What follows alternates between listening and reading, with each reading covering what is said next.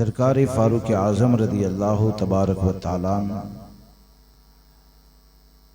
की अगर हयात मुबारका को देखें तो हमारे लिए इसमें कई पहलू है।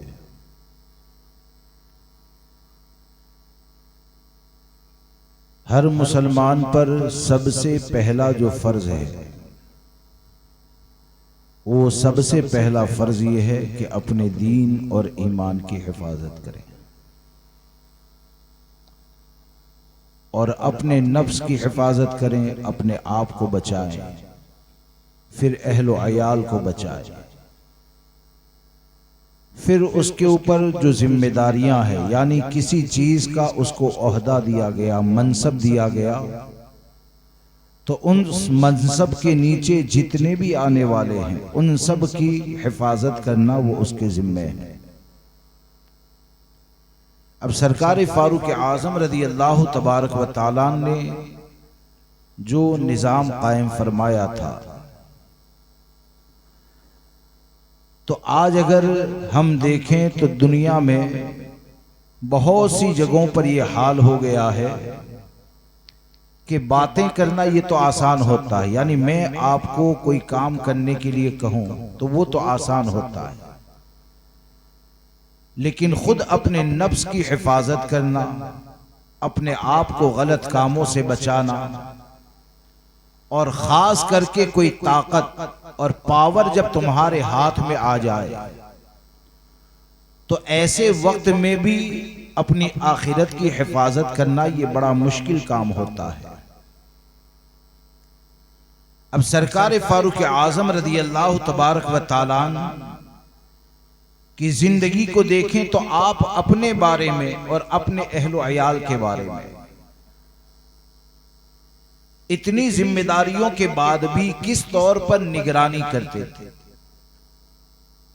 और अपने नफ्स की हिफाजत, अपनी आखिरत की हिफाजत। हालांकि सरकार फारूक आज़म रदी अल्लाह तबारक व तआला ये अशरे मुबशरा में से हैं, यानी उन लोगों में है जिनको हमारे आका सल्लल्लाहु तबारक व तआला अलैहि वसल्लम ने दुनिया में ही जन्नत की बशारत अता फरमाई। और हकीकत यह है कि फजीलत वालों का खासा और तुर्रे इम्तियाज ये होता है कि अहले फजीलत में तकवा होता है, खौफ खुदा होता है। फारूक आज़म रदी अल्लाह तबारक व तआला जब अमीरुल मोमिनीन बने तो आप दुनिया में हजारों हुक्मरां आते हैं और मौजूदा वक्त में भी हुक्मरां होते हैं।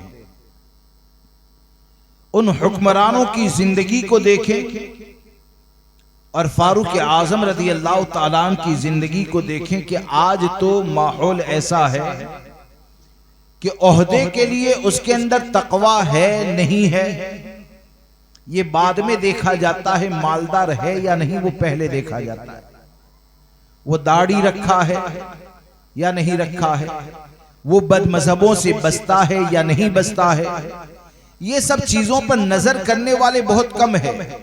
वो 5 वक्त नमाज पढ़ने वाला है, वो शरीयत के अहकाम पर अमल करने वाला है, उस पर नजर नहीं। सबसे पहले मनसब के लिए देखा जाता है तो आप तकरीबन देखेंगे तो आपको ये नजर आएगा कि तमाम ओहदे तकरीबन मालदारों ही के हाथ में है। यानी अगर माल मिल गया तो गरीब का तबका भी उसको ओहदे पे नहीं ला सकता है। मालदार है तो अगरचे ऐलान या गुनाह करने वाला है, गरीब की परहेजगारी उसको मनसब पे नहीं ला सकती है। लेकिन सोचें कि फारूक आज़म रदी अल्लाह तबारक व तआला जब अमीरुल मोमिनीन बने और खिलाफत की मसनद के ऊपर आप तशरीफ फरमा हुए तो एक वक्त ऐसा हुआ कि आप बीमार हो गए। हकीम ने, डॉक्टर ने ये कहा कि आपकी बीमारी ऐसी है कि आपको ये बीमारी में शहद खाना ही होगा, यानी दवाई के साथ आपको शहद इस्तेमाल करना होगा। सरकार फारूक आज़म रदी अल्लाह तबारक व तआला की माली हालत इतनी कमजोर थी कि उस वक्त आपके पास शहद भी नहीं था या उतने पैसे भी नहीं थे कि जिसकी बुनियाद पर दवाई के साथ शहद का इस्तेमाल कर पाए, तो है तो अमीरुल मोमिनीन, है तो हाकिम, है तो उनकी जुबान से जो बात निकल जाए वो आपका फैसला चलता है। लेकिन मुख्तसर से शहद की जरूरत पड़ती है तो सरकार फारूक आजम मस्जिद नबवी शरीफ में तमाम सहाबा को जमा करते हैं और जमा करने के बाद कहते हैं कि डॉक्टर ने मुझे ये कहा है और मैं बैतुल माल में से शहद को लेना चाहता हूं, लेकिन ये बैतुल माल ये तो मुसलमानों का माल है, मैं अमीरुल मोमिनीन हूं, अगर तुम लोगों की इजाजत हो तो ये बैतुल माल में के खजाने में से अपने लिए दवाई के इस्तेमाल के लिए शहद को। आप जरा सोचें, ऐसी दयानतदारी, अपनी आखिरत की ऐसी फिक्र कि वो अपनी जात के हवाले से फैसला करे, अपने अहलो अयाल के हवाले से फैसला करे, या कोई भी आपके सामने आ जाए, आपके तमाम फैसलों में आपको ये मानना पड़ेगा कि फारूक आजम रज़ी अल्लाह तबारक व तआला उस जात को कहा जाता है कि उनसे जिसको निस्बत हो जाए तो ये निस्बत फारूक आजम उसकी दुनिया और आखिरत की हिफाजत करती है। आप देखें कि ये तो एक बात हुई।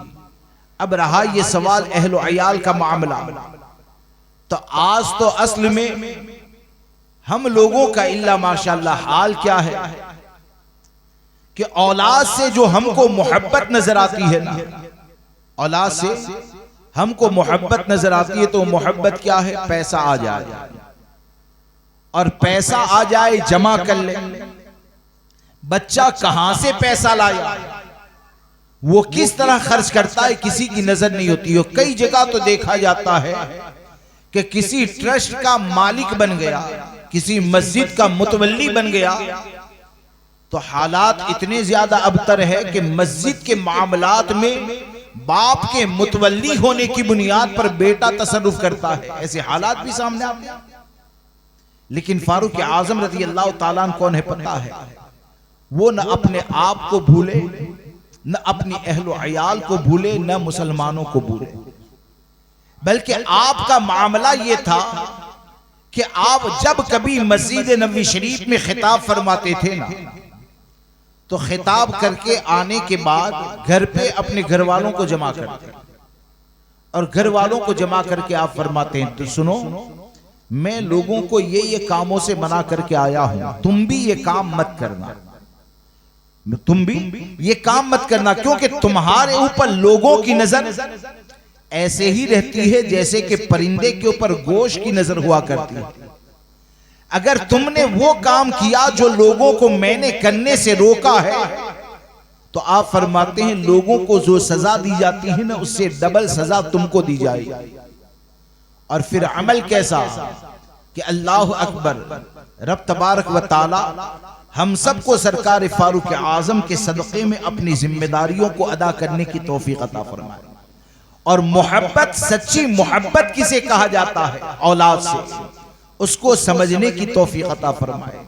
सच्ची मोहब्बत इसी में नहीं है कि माल में इजाफा हो जाए।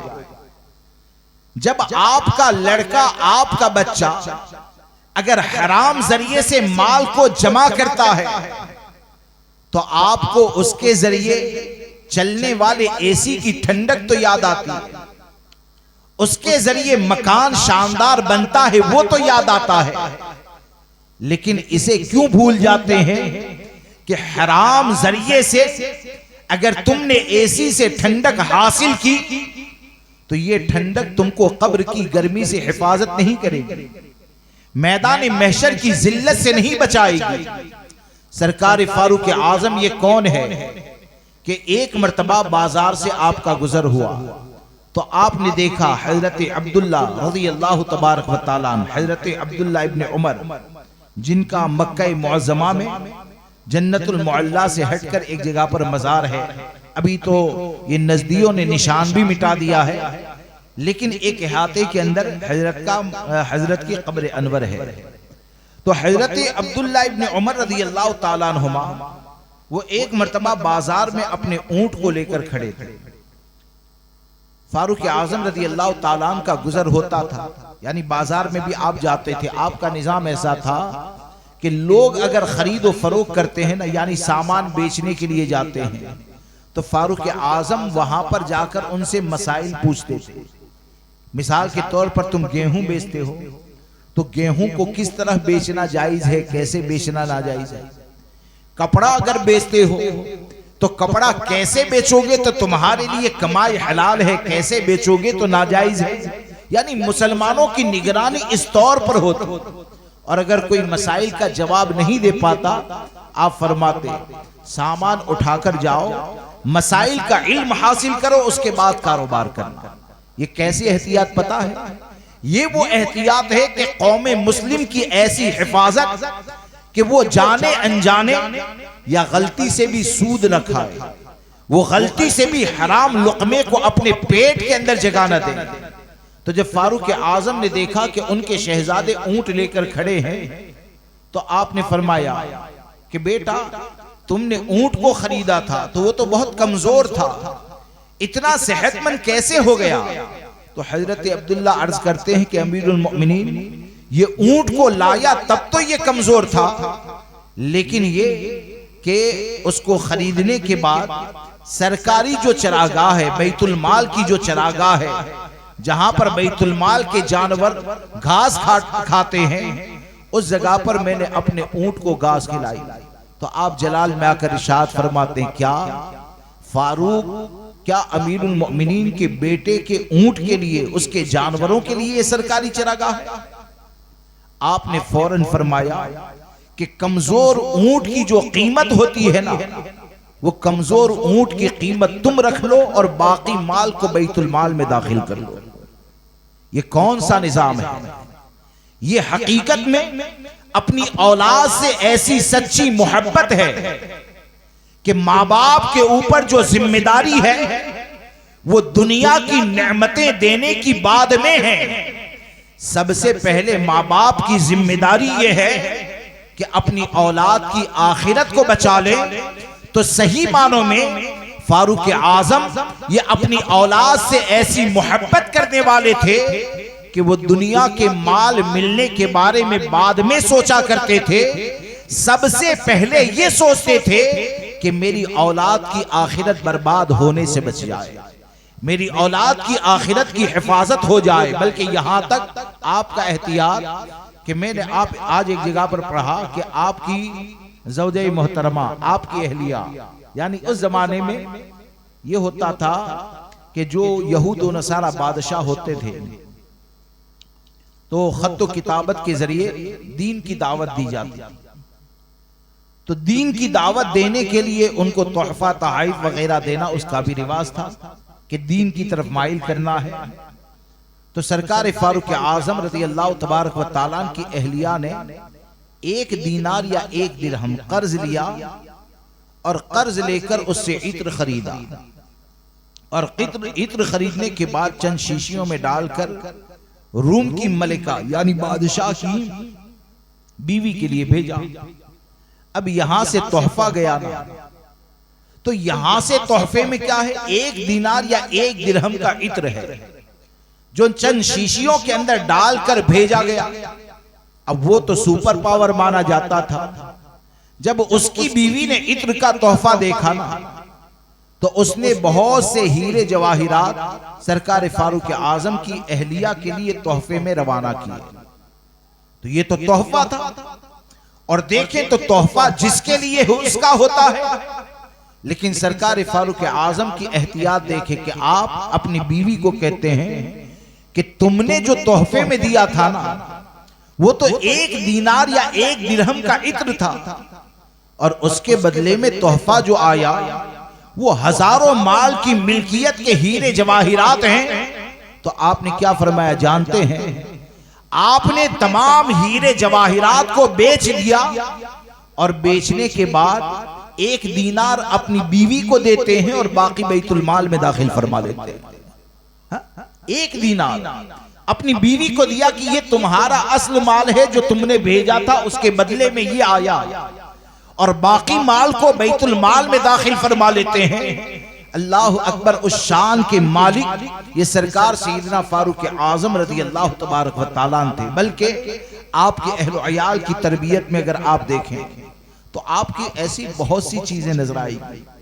एक बात बताकर अपनी बात को आगे बढ़ाऊं कि सरकार फारूक आजम रज़ी अल्लाह तआला कि आज होता है ना कि गलत हो रहा है, जुल्म हो रहा है, हम ये जानते हैं कि ये मेरी औलाद के साथ फला का ये रहम करना उसकी आखिरत को बर्बाद करेगा, फिर भी सोचता है दुनिया का फायदा तो हो रहा है। जैसे कि मेरे ताल्लुक अगर किसी के साथ हो और किसी से ताल्लुक होने की बुनियाद पर वो नादानी में या लाइल्मी के अंदर मेरी औलाद के लिए ऐसी चीज को हवाले कर दे जिसकी शरीयत ने इजाजत नहीं दी, तो आज बहुत से लोग उसकी तरफ से आंख फेर लेते हैं। सरकार फारूक आजम रज़ी अल्लाह तबारक व तआला ने बैतुल माल की निगरानी के लिए हजरत अबू मूसा अशरी रज़ी अल्लाह तबारक व तआला को मुकर्रर किया था। एक बार ऐसा हुआ कि आपके छोटे शहजादे वहां से गुजर रहे थे, पूरा बैतुल माल ये साफ हो चुका था, यानी तकसीम हो चुका था बाल मुसलमानों में जो हकदार थे। अब उसमें 1 दीनार या 1 दिरहम बचा था, तो वो साफ कर रहे थे हजरत अबू मूसा अशरी। तो जब बैतुल माल को साफ किया तो 1 रुपया निकला। 1 रुपया निकला, देखा अमीरुल मोमिनीन के शहजादे जा रहे, 1 रुपया उनको दे दिया। वो लेकर अपने घर पे पहुंचे, हाथ में 1 रुपये को देखा। फारूक आजम रज़ी अल्लाह तआला वो फरमाते हैं कि बेटा ये पैसे कहाँ से आए? बोले कि हजरत अबू मूसा अशरी ने मुझे दिए। तो आप फौरन अपने शहजादे को लेकर हजरत अबू मूसा अशरी के पास जाते हैं और कहते हैं आपने ये क्यों किया? बोले कि हजरत 1 रुपया बैतुल माल में बचा था, सोचा कि आपका शहजादा है, आपके शहजादे को दे दूं। तो आप फरमाते हैं क्या मदीने मुनव्वरा में मेरे बेटे से ज्यादा तुझे कोई इस माल का हकदार नहीं मिला? क्या मदीने मुनव्वरा में मेरे बेटे से ज्यादा तुझे कोई गरीब नजर नहीं आया? और क्या तुम ये चाहते हो कि तुम्हारे इस 1 रुपये को देने की बुनियाद पर कल मैदान महशर में उम्मत का बोझ फारूक के ऊपर रख दिया जाए? ये कौन सा एहसास है?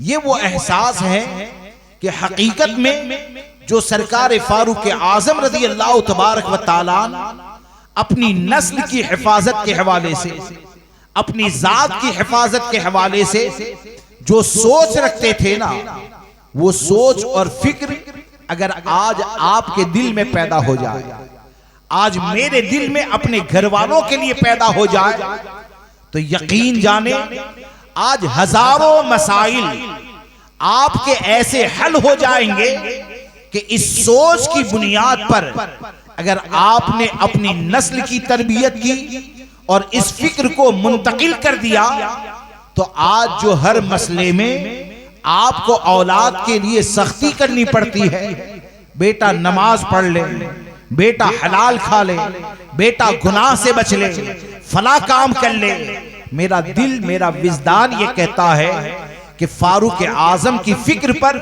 अगर औलाद की तरबियत कर दी जाए तो इंशाअल्लाह उसका दिल ऐसा रोशन हो जाएगा कि बगैर मेहनत के वो मस्जिद को आबाद करने वाला बन जाएगा, बगैर मेहनत और कोशिश के वो शरीयत पर अमल करने वाला बन जाएगा।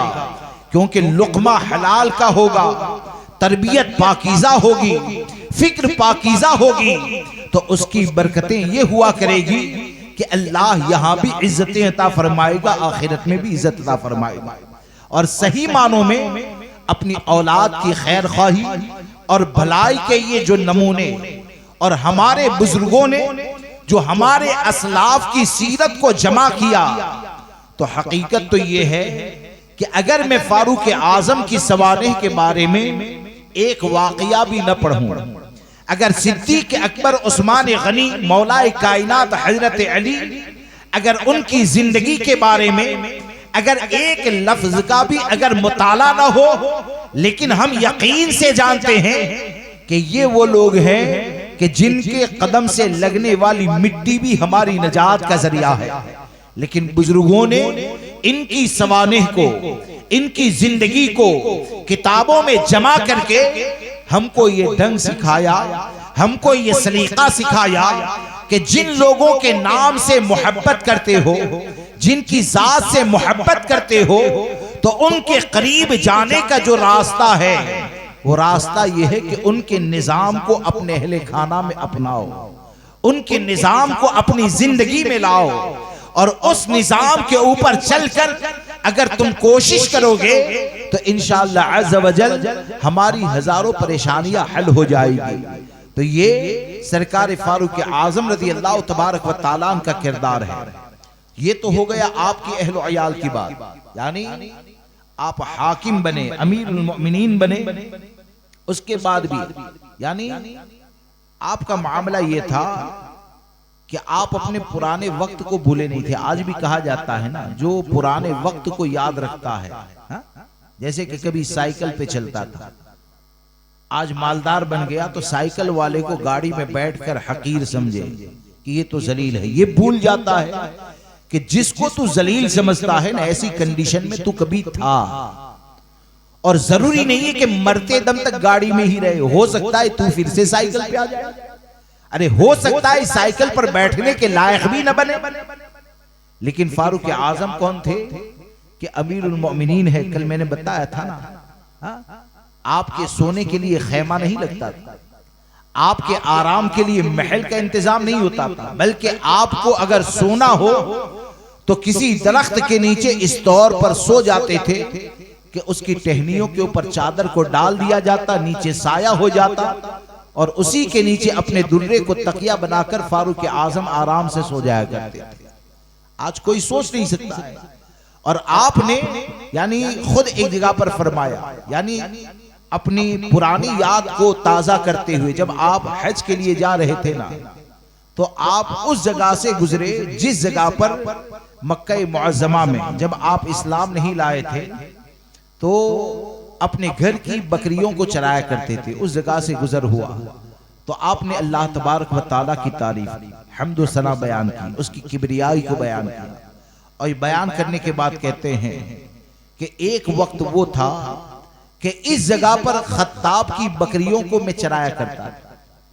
वो मुझसे बहुत ज्यादा मेहनत के काम लेता था, ऊन का लिबास हुआ करता था, और जरा सी सुस्ती अगर हो जाए तो वो मेरी सख्ती के साथ पिटाई किया करता था। लेकिन अल्लाह का शुक्र है कि आज एक जमाना वो है कि मेरे ऊपर अल्लाह के अलावा कोई हाकिम नहीं। यानी रुए जमीन पर जितने भी चलने वाले हैं, जितने भी जिंदा है, ये अल्लाह का एहसान है कि रब तबारक व ताला ने मुझे वो मकाम दिया कि आज ऐसे वक्त में जमीन पर मैं चल रहा हूं कि मेरे ऊपर चलने वालों में कोई भी हुकूमत करने वाला नहीं है। लेकिन हुकूमत मिल गई, ताकत मिल गई, तो उसका मतलब ये नहीं कि पुराने दौर को भूल गए, बल्कि पुराने दौर को याद करके वो अल्लाह तबारक व ताला का शुक्र अदा करते हैं। ये हमको फिक्र दी जाती है। तो ये तो फारूक आजम की जिंदगी का एक गोशा है। अगर आपकी सवानेह को अगर देखा जाए ना, तो हकीकत में आपकी सवानेह मुबारक, बल्कि मैं तो अक्सर ये कहता हूं कि आज दुनिया की कोर्टों में अगर तुमको कुछ अच्छा ही नजर आए, उसे हम अदालत नहीं कहते हैं। अदालत तो उसे कहा जाता है जहां पर इंसाफ हो, हम कोर्ट कहते हैं। जहां कहीं आपको दुनिया की कोर्ट में कोई फैसले में अच्छाई नजर आए ना, तो मेरा दिल ये कहता है उस अच्छाई में कहीं न कहीं फारूक आजम के फैसले की बरकतें हो, कहीं न कहीं फारूक आजम रज़ी अल्लाह तबारक व तआला की फैसले का सदका होगा।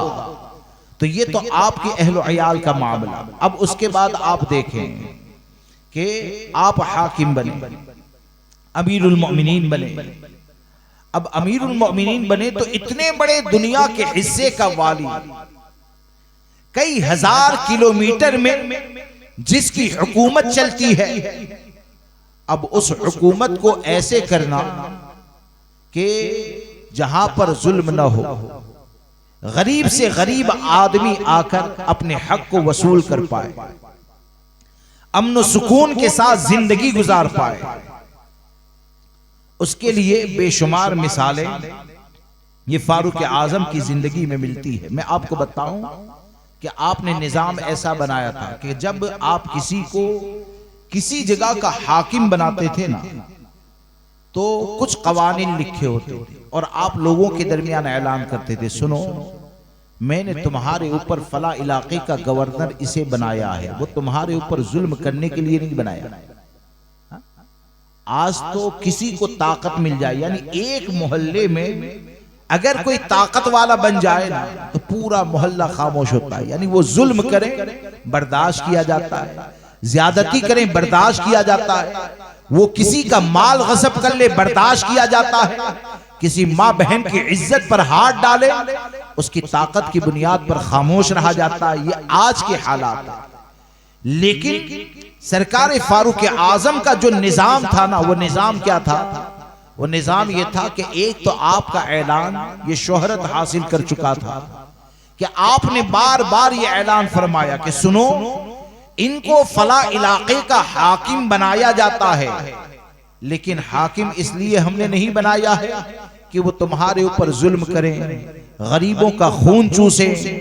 इनको हाकिम इसलिए बनाया है ताकि अपनी इनकी हुकूमत में रहकर तुम कुरान की तिलावत सीखो, कुरान पर अमल करने वाले बनो। इनकी हुकूमत में रहकर तुम सुन्नतों को सीखो और सुन्नतों पर अमल करने वाले बनो। और फिर एक तहरीर हुआ करती थी कि हाकिम क्या क्या करेगा, क्या नहीं करेगा। वो महल नहीं बनाएगा, वो कोई एक घोड़ा आता था जो बड़ा कीमती होता था, शायद उसको किस इलाके का कहा जाता है, ईरानी घोड़ा या इस तरह कुछ कहते हैं। उस घोड़े के ऊपर वो सवार नहीं होगा, फला काम नहीं करेगा। ये तमाम चीजें लिखकर आप लोगों के सामने कहते कि इसको पढ़कर सुनाओ ताकि लोगों को याद रह जाए कि फारूक आजम ने किन चीजों के लिए इनको अमीर बनाया है। और फिर ये कि दुनिया के कई मुल्कों में, यानी फारूक आजम के जमाने में फतुहात बहुत ज्यादा होती है, यानी इस्लाम कई नए मुल्कों में, नए इलाकों में फैल गया। तो फारूक आजम ने तमाम इलाकों के हाकिम क्या करते हैं, कैसे चलता है, तो उसके लिए आपने निजाम क्या बनाया था? आपका निजाम यह था कि हज का महीना आता तो हर सूबे और हर मुल्क के हाकिम के लिए आपकी तरफ से लाजिम यह था कि तमाम सूबे के हाकिम, तमाम अमीर मक्का मुअज़्ज़मा में हज के लिए आएंगे, हज के लिए आएंगे। अब हज के लिए आएंगे तो आप जानते हैं ना कि हज में पूरी दुनिया से मुसलमान आते हैं। तो हज के लिए जब वो आएंगे ना तो हर मुल्क के लोग भी आएंगे, और जब तमाम इस्लामी ममालिक से लोग आएंगे तो मक्का मुअज़्ज़मा में फारूक आजम की अदालत कायम होती और तमाम मुल्कों के लोगों को जमा करके फारूक आजम फरमाते, ये मिस्र के हाकिम हैं, ये हाकिम तुम्हारे दरमियान कैसे रहते हैं बताओ, ये हाकिम से तुमको कोई शिकायत है? ये हाकिम ने वहां पर कोई जुल्म किया है, वहां पर कोई गलत काम किया है? इस तौर पर आप वहां पर अपनी अदालत को कायम फरमाते और जो शिकायत होती मक्का मुअज़्ज़मा की सरजमीन पर बैठकर हर मुल्क की शिकायत को आप दूर फरमाया करते। ये सरकार सैयदना फारूक आजम रज़ी अल्लाह तबारक व तआला का निजाम था। और फिर ये कि लोगों की हिफाजत के आप देखें कि एक तरफ आपकी शिद्दत और आपकी सख्ती का मामला ये कि खुद आप तक बातें पहुंची थी, यानी लोग जो बातें करते थे, कल मैंने बताया था कि सहाबाए किराम में भी बातें होती थी कि इनके अंदर तो सख्ती बहुत ज्यादा है, हाकिम बन जाएंगे तो क्या होगा। तो आपने जब ये सुना था तो लोगों को मस्जिद नबवी शरीफ में जमा किया और जमा करके जो आपने फरमाया था ना उसका खुलासा आपके सामने अर्ज कर दूं कि आपने फरमाया था कि लोग आपस में बातें करते हैं कि फारूक सिद्दीक अकबर के जमाने में इतने सख्त थे तो इनकी शिद्दत के अंदर इजाफा हो गया होगा, अब तो इनके ऊपर कोई हाकिम नहीं है।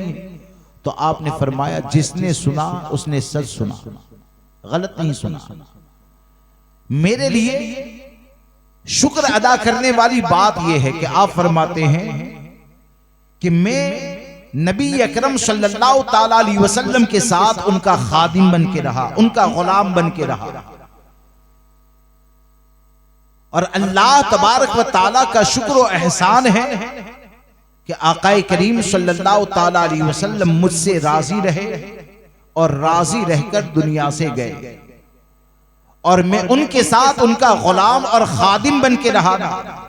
तो ऐसे हाल में रहा कि वो जब चाहे मेरी तलवार को नियाम से बाहर करते, मेरी तलवार को नियाम में करते।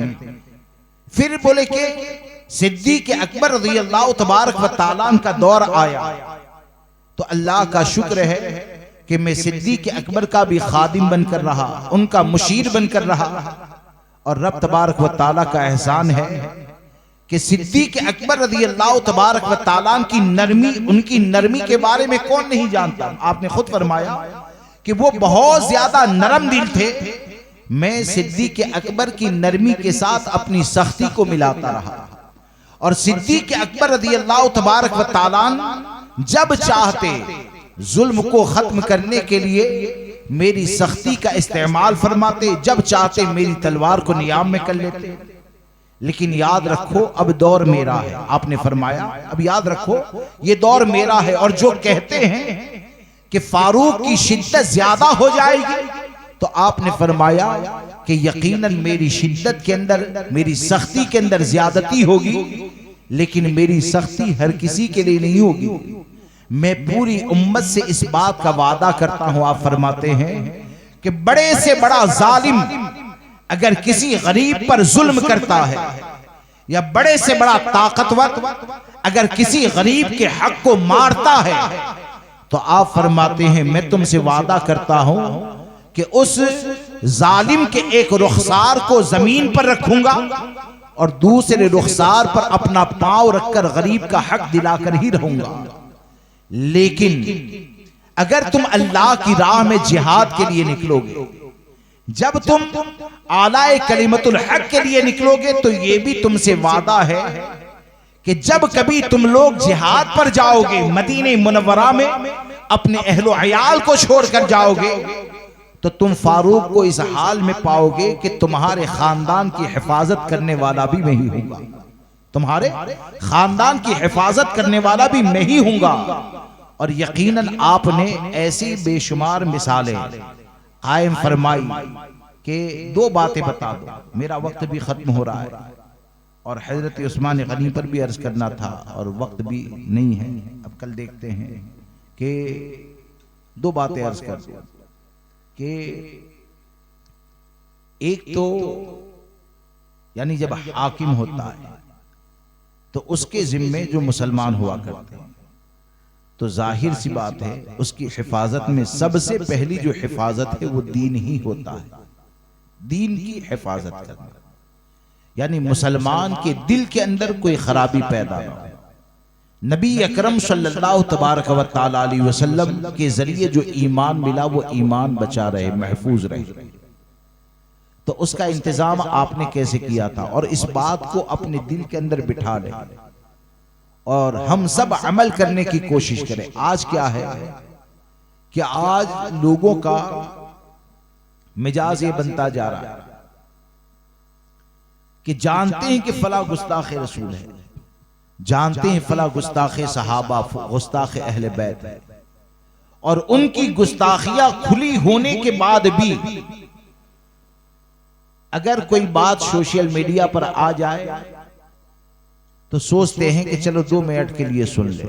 मिसाल के तौर पर मैं आपको कहूं कि वो जो मिर्जा प्लम्बर जिसे कहा जाता है वो है। मैं आपको ये नहीं कहता माज़अल्लाह सुने, सुनना ये हराम है, ये गुमराहियत का जरिया है।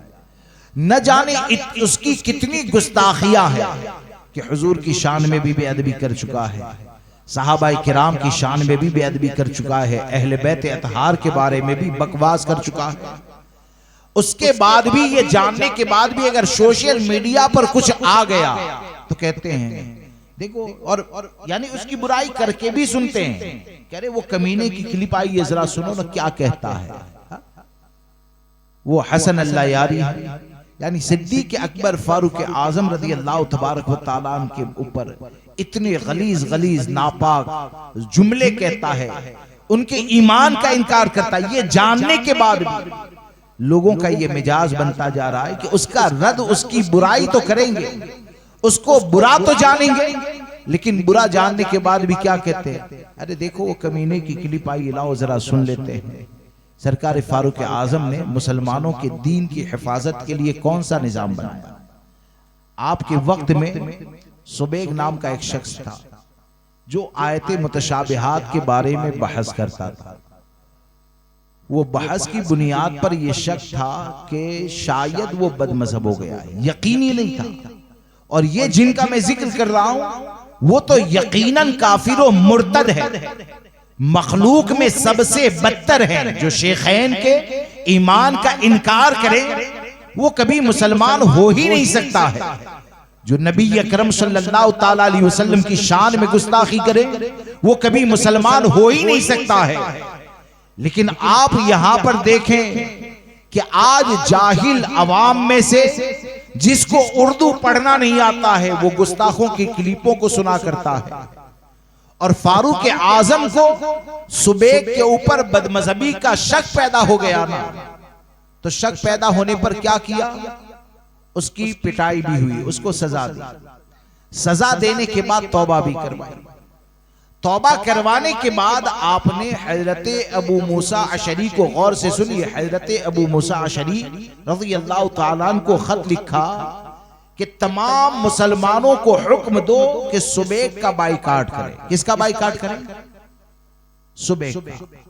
यानी बद मजहब होना यकीनी नहीं, शक है, उसके बाद तौबा भी करवा ली। तौबा करने के बाद भी हुक्म ये कि बाइकाट। और बाइकाट कैसा पता है? बाइकाट ऐसा कि 100 मुसलमान अगर एक जगह पर बैठे हैं और वो बीच में अगर आ जाए ना, तो कोई ऐसा नहीं पूछता था कि नाश्ता किया या नहीं किया, चाय पी नहीं पी, या कोई और काम नहीं पूछा जाता था। बल्कि जैसे ही वो आ जाए तमाम के तमाम अपने घरों के ऊपर चले जाते। अब आप सोचें कि बेहतर जमाना और बाइकाट करने वाले कौन लोग? ये हमारे और आपकी तरह थोड़ी है। उनमें से तो हर एक ऐसा है कि आज के जमाने के आलिम, आज के जमाने के फकीह, आज के जमाने के बुजुर्ग को अगर उनका तकवा मिल जाए तो वो उनके लिए और इज्जत वकार का जरिया बन जाए। क्यों? कि फारूक आजम के दौर में या तो सहाबा होंगे या ताबईन होंगे। यानी सहाबा की फजीलत भी मुसल्लम, ताबईन की फजीलत भी मुसल्लम। अब इनमें से हर एक फजीलत वाला, इनमें से हर एक फजीलत वाला जिनकी फजीलतें रिवायतों में मौजूद हैं, और बेहतर जमाने में ऐसा नहीं कि ऐसे 1000 सुबैग पैदा हो जहां चाहे मस्जिद बना ले, आओ हमारी मस्जिद के अंदर हम गुमराहियत फैलाते, ऐसा नहीं। आज तो हाल यह है कि अगर देवबंदी मस्जिद बना ले, राबजी मस्जिद बना ले, क्या हम उसको रोक पाते? वो कहें औलिया अल्लाह से मदद मांगना शिर्क है, क्या आप कुछ कर पाते हैं? सोशल मीडिया पर गुस्ताखियां होती है, आप कुछ कर पाते हैं? कुछ भी नहीं कर पाते। और कुछ न करने की ताकत होने के बाद भी बदमजहबों की आवाज को सुनते हैं, उनके साथ खाना पीना हुआ करता है। और वहां पर मामला ये कि कोई बदमजहब मस्जिद बनाने की ताकत नहीं रखता था, इबादत खाना बनाने की ताकत नहीं रखता था। एक लम्हे में फारूक आजम का दुर्रा उस फितने का दरवाजा बंद कर देता था। लेकिन फारूक आजम ने सहाबा और ताबईन की जमात को भी ये फरमाया कि इसका बाइकाट किया जाए। कब तक बाइकाट किया गया? हजरत अबू मूसा अशरी ने खत लिखकर बताया कि हजरत सुबैग का मामला सुधर गया है, यानी उसने जो तौबा की ना, तो अब तौबा का असर जाहिर हो रहा है, वो अच्छे हो गए हैं। फारूक आजम फरमाते हैं मुसलमानों को हुक्म दो कि सुबैग के साथ ताल्लुक रखें। इससे समझे ये ऐसा निजाम है जो फारूक आजम ने बनाया, और फारूक आजम ने ये निजाम अपने दिमाग से नहीं बनाया था, बल्कि ईमान की हिफाजत के लिए ये सिस्टम जो फारूक आजम को मिला वो बारगाह मुस्तफा से मिला।